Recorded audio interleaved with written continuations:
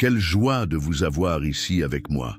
Aujourd'hui, nous allons parler d'un sujet qui peut transformer votre vision spirituelle et vous amener à une profonde réflexion. Je veux que vous vous sentiez accueillis, stimulés et surtout éveillés à une vérité puissante. Tous ceux qui se considèrent comme choisis ne le sont pas vraiment. Les élus de Dieu ne sont pas les plus forts ni les plus préparés, mais ceux qui, malgré tout, restent debout. Beaucoup se croient au centre de la volonté de Dieu, mais le sont-ils? Leur vie reflète-t-elle vraiment le dessein de Dieu? Tout au long de l'histoire, nous voyons que Dieu n'est pas impressionné par le statut, les apparences ou les belles paroles. Il cherche des cœurs abandonnés, des attitudes alignées et une foi authentique. Ce que nous sommes sur le point de révéler ici peut être inconfortable pour certains, mais nécessaire pour tous. Nous devons nous demander, est-ce que je marche vraiment comme un élu ou est-ce que je me trompe moi-même? La parole nous enseigne que Dieu connaît le cœur et qu'il n'est pas dupe des masques que nous portons devant les autres. Maintenant, je veux que tu regardes à l'intérieur de toi, sans peur, sans justification, juste avec sincérité. Car aujourd'hui, nous allons découvrir les 8 types d'élus que Dieu ignore. Et la question qui doit résonner dans ton esprit est: es-tu sur cette liste? C'est le moment d'ouvrir votre cœur et de permettre à Dieu de vous parler. À chaque mot, réfléchissez. À chaque enseignement, demandez-vous, est-ce qu'il me parle? Nous ne sommes pas là pour pointer du doigt, mais pour mettre en lumière ce qui peut être caché, même à nous-mêmes. Alors, respirez profondément et préparez-vous. Ce que nous allons partager aujourd'hui pourrait changer votre cheminement spirituel pour toujours. Et avant d'aller plus loin, je vous pose à nouveau la question, êtes-vous sur la liste? L'égocentrisme est l'un des plus grands obstacles sur le chemin spirituel. Il rend aveugle, endurcit le cœur et empêche les gens de voir la volonté de Dieu au-delà de leurs propres désirs. L'égocentrique vit pour lui-même, plaçant ses désirs, ses opinions et ses réalisations au-dessus de tout. Elle parle de Dieu, mais en réalité, elle s'adore elle-même. Ce type de personne a du mal à se soumettre à la volonté de Dieu car elle croit déjà savoir ce qui est le mieux. Sa foi devient sélective, elle accepte ce qui lui convient et ignore ce qui exige un renoncement. La prière de la personne égocentrique n'est pas que ta volonté soit faite, mais Seigneur, bénis mes projets. Sur le chemin spirituel, l'égocentrisme entrave la croissance parce qu'il ferme les oreilles à la correction. Dieu parle, mais la personne égocentrique n'écoute pas. Il est tellement occupé par lui-même qu'il ne se rend pas compte à quel point il est éloigné de l'essence de l'Évangile. Il s'illusionne en croyant qu'il est choisi, mais sa vie ne reflète pas ce choix. La Bible nous montre que Dieu résiste aux orgueilleux, mais qu'il fait grâce aux humbles. Jacques 4,6. La personne égocentrique, au lieu de chercher à se transformer, essaie de modeler Dieu à son image. Il veut un évangile qui l'exalte, qui réponde à ses caprices et réaffirme son importance. Mais Dieu ne partage sa gloire avec personne. Je me souviens d'un chef religieux que j'ai rencontré il y a des années. Il parlait de Dieu avec éloquence, mais sa vie tournait autour de sa propre image. Il n'acceptait pas la critique, il exigeait la reconnaissance et, lorsqu'il n'était pas exalté, il s'éloignait. En fin de compte, il a perdu non seulement sa position, mais aussi son véritable lien avec Dieu. Combien vivent comme cela aujourd'hui?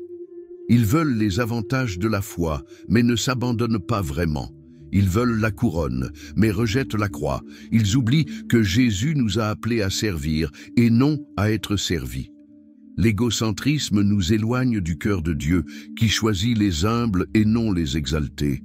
Si votre foi a tourné autour de vous-même, il est peut-être temps de vous demander, est-ce que je cherche Dieu ou est-ce que j'essaie simplement de faire en sorte qu'il réponde à mes désirs? Réfléchissez maintenant. Avez-vous vécu comme une personne égocentrique sans vous en rendre compte? Le doute est comme une ombre qui plane sur la foi et l'affaiblit peu à peu. Le sceptique est celui qui oscille entre la croyance et la remise en question, entre la confiance et la crainte. Il veut même marcher avec Dieu, mais son insécurité l'empêche de faire des pas fermes. Son cœur est divisé et une foi instable ne peut jamais soutenir une vie spirituelle solide. Les sceptiques spirituels recherchent toujours des preuves avant de croire. Ils veulent voir et ensuite faire confiance. Mais la vraie foi marche dans la certitude des choses qu'on ne voit pas. Hébreux 11:1. Le doute n'affaiblit pas seulement, il dérobe les promesses, car Dieu répond à ceux qui s'approchent de lui avec conviction et non avec hésitation. La Bible nous avertit que ceux qui doutent sont comme les vagues de la mer, agités et ballottés par le vent. Jacques 1er, 6. Cette instabilité rend impossible une relation profonde avec Dieu. Le sceptique prie, mais ne croit pas pleinement à la réponse. Il lit la parole, mais ne l'applique pas. Il veut même servir, mais craint que Dieu ne le soutienne pas. Je me souviens d'une personne qui disait constamment « Je sais que Dieu peut le faire, mais le fera-t-il pour moi ?» Son cœur était tellement habitué à la peur que même lorsqu'elle voyait des miracles, elle mettait tout sur le compte du hasard. Son manque de confiance l'a empêché d'expérimenter le pouvoir transformateur de la foi. Le doute est une porte ouverte à la stagnation. Ceux qui ne font pas confiance à Dieu n'avancent pas. Au fur et à mesure que l'incrédulité grandit, l'intimité avec Dieu diminue. Après tout, comment s'approcher de lui sans lui faire pleinement confiance ? Comment dépendre d'un Père céleste si, au fond de soi, on doute de sa sollicitude ? Mais il y a de l'espoir pour les sceptiques. La foi grandit par l'exposition à la parole. Romains 10:17. Plus nous apprenons à connaître Dieu, plus nous apprenons à lui faire confiance. Nous devons nourrir notre foi, remplacer les pensées craintives par des vérités bibliques et nous rappeler que Dieu n'a jamais failli et ne faiblira jamais. Si vous vous rendez compte que vous êtes pris par le doute, commencez à renouveler votre esprit dès aujourd'hui. Déclarez la parole, renforcez votre intimité avec Dieu et décidez de faire confiance, même lorsque vous ne comprenez pas ses voies. Et maintenant, je vous demande, avez-vous vécu dans la foi ou dans le doute? La complaisance dans la foi est comme un sommeil profond. Elle arrive à l'improviste, tranquillement, confortablement, et avant que nous nous en rendions compte, nous nous sommes détournés de Dieu sans même l'avoir combattu. La personne complaisante ne renie pas Dieu, mais elle ne le cherche pas intensément non plus. Elle croit qu'elle en a fait assez, qu'elle sait déjà tout ce dont elle a besoin, et elle s'installe donc dans une foi tiède qui ne grandit pas. Le danger de la complaisance est qu'elle trompe.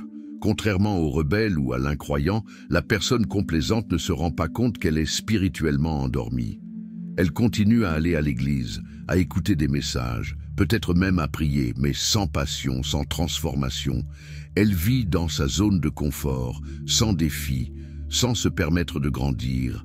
Et un cœur qui cesse de grandir commence à mourir.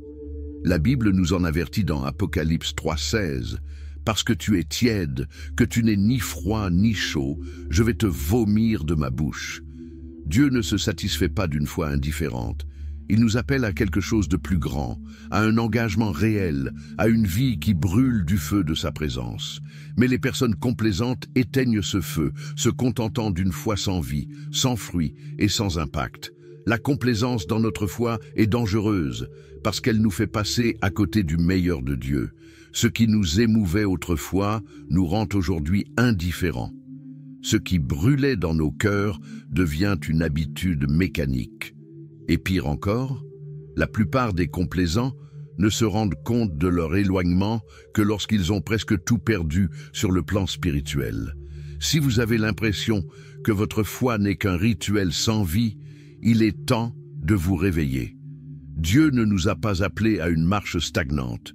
Il veut que nous soyons comme des fleuves d'eau vive et non des lacs stagnants.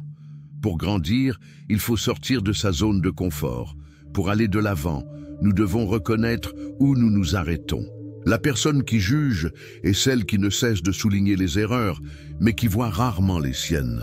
Sa foi devient une échelle où il mesure la spiritualité des autres avec rigueur, tout en atténuant ses propres défauts.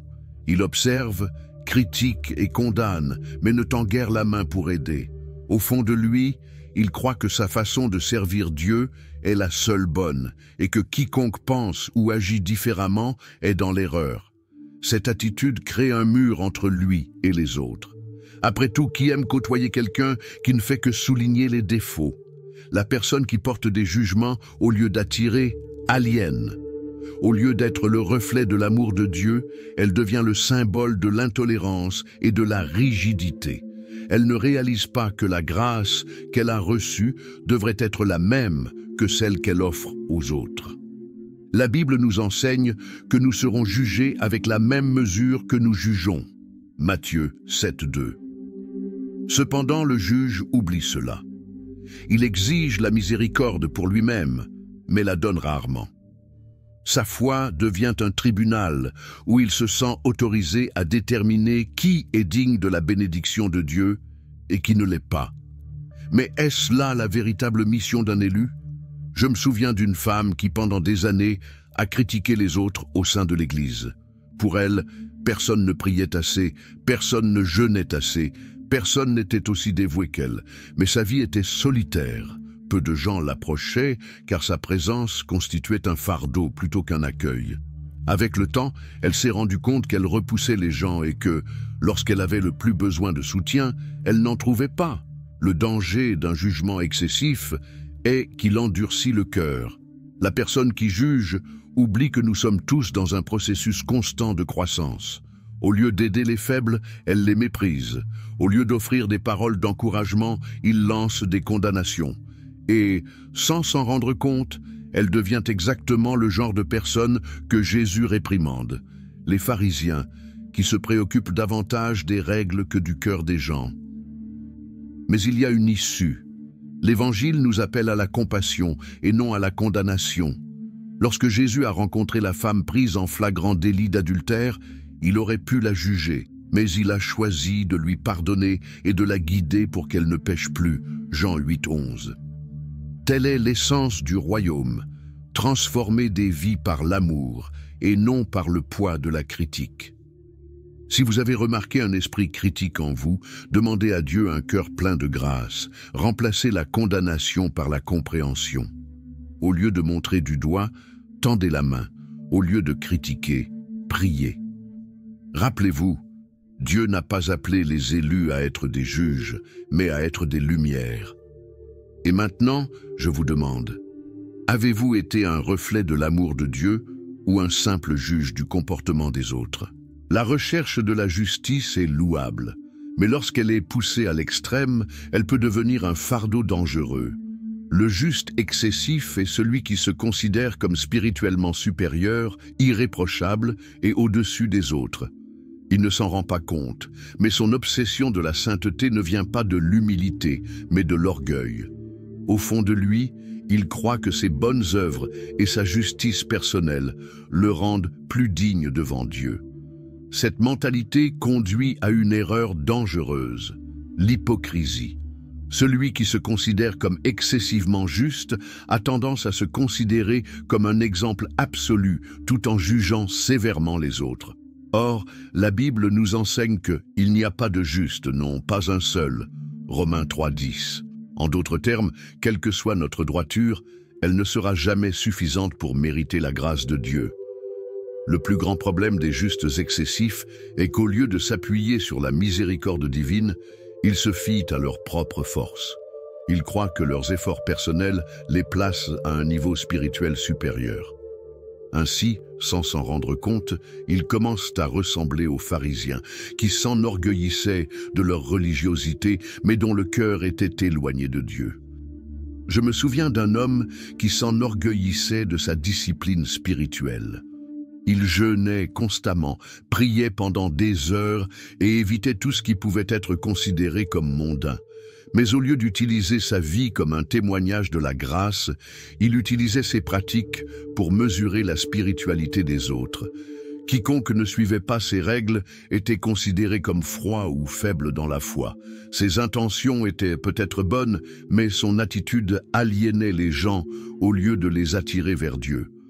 Cette obsession de notre propre justice peut nous faire oublier que notre salut ne vient pas de ce que nous faisons, mais de ce que le Christ a fait pour nous. Éphésiens 2.8 à 9 nous rappelle que c'est par la grâce que vous êtes sauvés, par le moyen de la foi. Et cela ne vient pas de vous, c'est un don de Dieu qui ne vient pas des œuvres, afin que personne ne se glorifie. Ceux qui se fient trop à leur propre justice perdent de vue l'essence de l'Évangile. La solution à ce type de piège spirituel est simple, mais elle nécessite un cœur enseignable. Cultivez l'humilité. Reconnaissez que peu importe notre degré de justice, nous dépendons toujours entièrement de la grâce de Dieu. Au lieu de chercher à exceller spirituellement, les vrais élus veulent que le Christ soit exalté et non eux-mêmes. Un moyen pratique de maintenir cette humilité est de toujours se souvenir de la croix. Jésus, qui était parfait, a choisi de servir. Il a lavé les pieds de ses disciples, a marché avec les pécheurs et a montré de la compassion à ceux qui étaient considérés comme indignes. Si le Fils de Dieu lui-même a choisi l'humilité, qui sommes-nous pour nous mettre sur un piédestal? Un autre point essentiel est d'apprendre à célébrer le cheminement des autres plutôt que de les critiquer. Tout le monde n'est pas au même niveau spirituel et Dieu agit dans la vie de chacun d'une manière unique. Au lieu d'exiger que les autres soient comme nous devons les encourager à grandir dans leur marche avec Dieu, avec amour et patience. L'amertume est un poison silencieux. Elle se loge dans le cœur et contamine progressivement tout ce qui l'entoure. Ceux qui ne pardonnent pas pensent qu'ils punissent les autres, mais en fait, ils s'emprisonnent eux-mêmes. Porter des griefs, c'est comme tenir un charbon ardent en espérant que l'autre se brûle. En fin de compte, la seule personne blessée est celle qui refuse de lâcher prise. Le manque de pardon entrave la croissance spirituelle parce qu'il nous déconnecte du cœur de Dieu. La Bible nous enseigne que si nous ne pardonnons pas, nous ne serons pas pardonnés non plus. Matthieu 6, 14 à 15. Cela signifie que la rancune n'est pas seulement une barrière émotionnelle, mais aussi une barrière spirituelle. Comment pouvons-nous demander à Dieu de nous accorder sa miséricorde si nous ne sommes pas prêts à la donner aux autres? Nous justifions souvent notre manque de pardon par des phrases telles que « Mais tu ne sais pas ce qu'ils m'ont fait » ou « Je pardonne, mais je n'oublie pas ». Cependant, le pardon biblique n'est pas basé sur les sentiments, mais sur l'obéissance. Nous ne pardonnons pas parce que la personne le mérite, mais parce que nous avons été appelés à le faire. Tout comme le Christ nous a pardonné sans que nous le méritions, nous devons faire de même. Je me souviens d'une femme qui avait passé des années à nourrir du ressentiment à l'égard d'une personne qui l'avait trahie. Elle disait qu'elle allait bien, mais que sa vie spirituelle était stagnante. Lorsqu'elle parlait de Dieu, ses paroles étaient lourdes et son culte semblait vide. Le ressentiment était une chaîne invisible qui l'empêchait d'aller de l'avant. Lorsqu'elle s'est enfin décidée à accorder son pardon, quelque chose a changé en elle. Son cœur a été restauré, sa communion avec Dieu a été renouvelée et sa vie a pris une nouvelle direction. Pardonner ne signifie pas oublier ce qui s'est passé ou faire comme si la douleur n'existait pas. Le pardon, c'est décider que cette blessure n'aura plus de pouvoir sur votre vie. C'est remettre la justice entre les mains de Dieu et aller de l'avant. Les vrais élus ne portent pas de fardeaux inutiles. Ils comprennent que la douleur ne fait que ralentir leur voyage. Si vous avez l'impression qu'il est difficile de pardonner, rappelez-vous que personne ne peut le faire seul. Priez et demandez à Dieu de transformer votre cœur. Choisissez de libérer le pardon, même si votre âme résiste encore. Parfois, l'acte de pardonner précède le sentiment. Et plus vous vous entraînerez, plus vous deviendrez libre. La peur est l'un des plus grands ennemis de la foi. Elle paralyse, déforme la réalité et nous empêche d'expérimenter tout ce que Dieu a pour nous. Dans le contexte spirituel, la peur n'est pas seulement une émotion, mais une arme que l'ennemi utilise pour nous faire stagner. Il nous convainc que nous ne sommes pas capables, que nous échouerons, que Dieu ne nous soutiendra pas. Et si nous croyons à ces mensonges, nous n'arriverons jamais à rien. La Bible nous rappelle constamment, ne craignez pas. Ce commandement apparaît plus de 365 fois, une fois pour chaque jour de l'année. Dieu savait que la peur serait un obstacle fréquent dans nos vies. C'est pourquoi il nous a laissé d'innombrables promesses de courage. Mais il est une vérité que beaucoup ignorent.